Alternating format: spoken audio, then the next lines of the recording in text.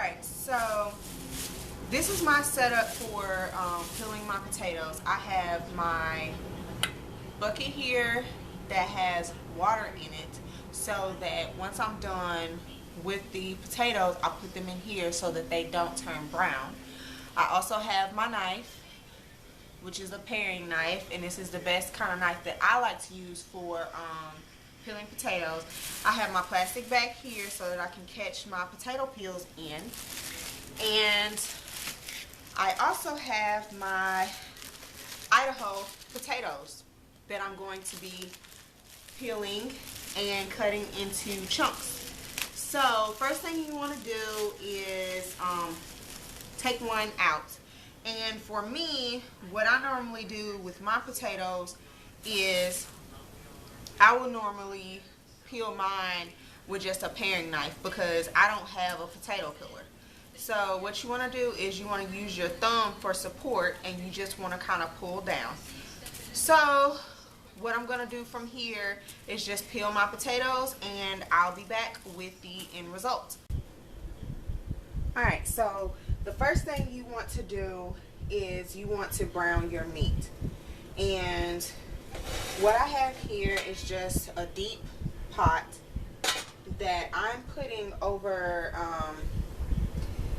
medium to medium high heat.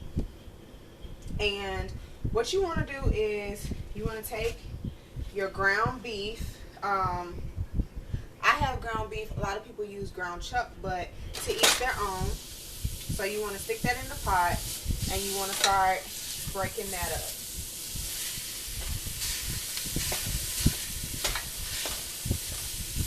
You want to break it into chunks.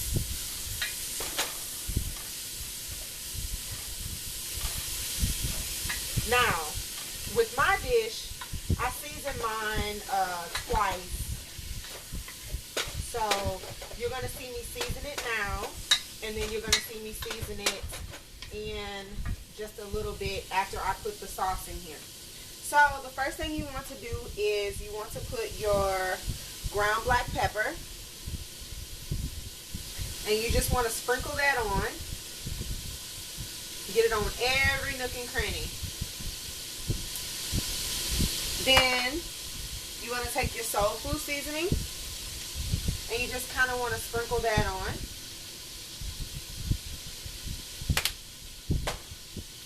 Onion powder. A lot of people like to put like crushed onion in there, but my husband doesn't eat onions, so I have to improvise. I have garlic powder here. I also use real garlic, but for this dish I normally put garlic powder in, and I use a lot more garlic and onion powder than anything. And then I use the Zatarain's Creole seasoning, and I kind of sprinkle that in here for taste. And then after you put all your seasonings in, you want to mix it up again. And you want to brown your meat. You want to make sure your meat is cooked all the way through. Okay? And you want to stir it up occasionally.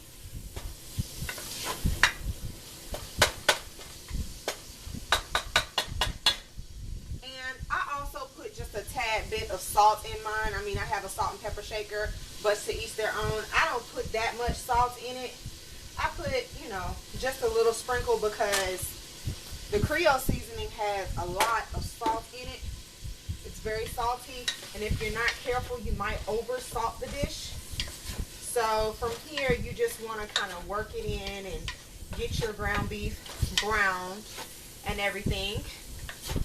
And after my ground beef is browned and good to go, I'll be back. Alright, so now that I have my ground beef back in the pot, what you want to do is you want to take your cubed potatoes, and as you see, mine are not very big.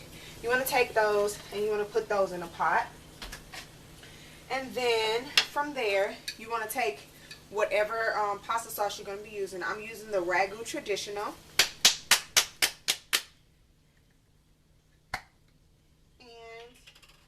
want to smear that into the pot, and I normally use the whole thing, and then I will take a container full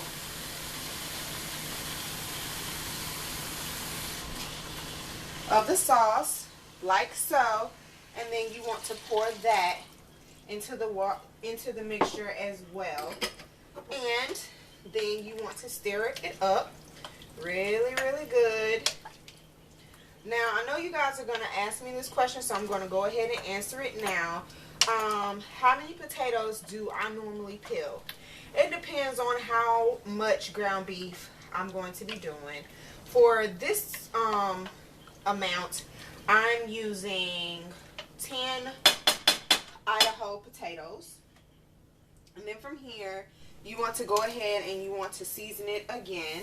I'm just sprinkling in a little bit more of my Zatarain Creole seasoning, some more garlic powder, some more onion powder,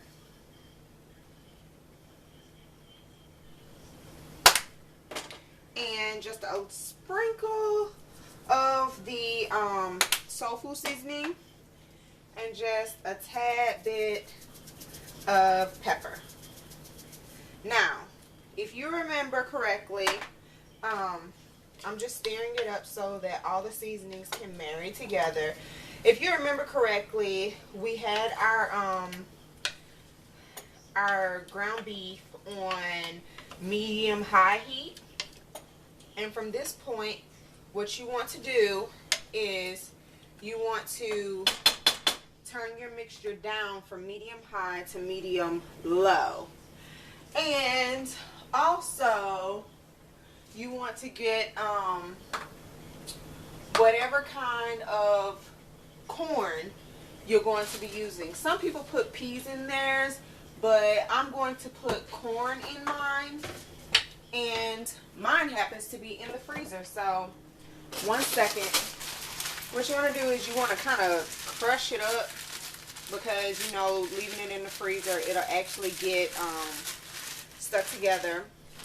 And I'm using the Bird's Eye no preservative sweet kernel corn, and I'm just going to sprinkle. I'm going to do the whole thing because it's not that much in here. So you want to mix that in with your mixture, and then from there you want to just let it simmer, let it do its thing. So in about 20 minutes you should come in and check on it and mix it up accordingly. Put the top on and let it cook for about 20 minutes and it should be done.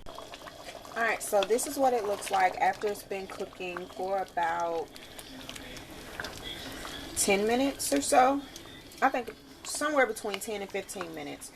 And I'm stirring it every 5 to 7 minutes just to make sure it doesn't stick to the bottom of the pot. And as you can see, it's getting thicker and thicker. It's actually going to look like a chili, but that's what it'll look like for the most part. It'll thicken up just a little bit more, and then you'll be ready to eat. What you want to do is you want to do a taste test on it to see if it's, you know, the perfect seasoning for you.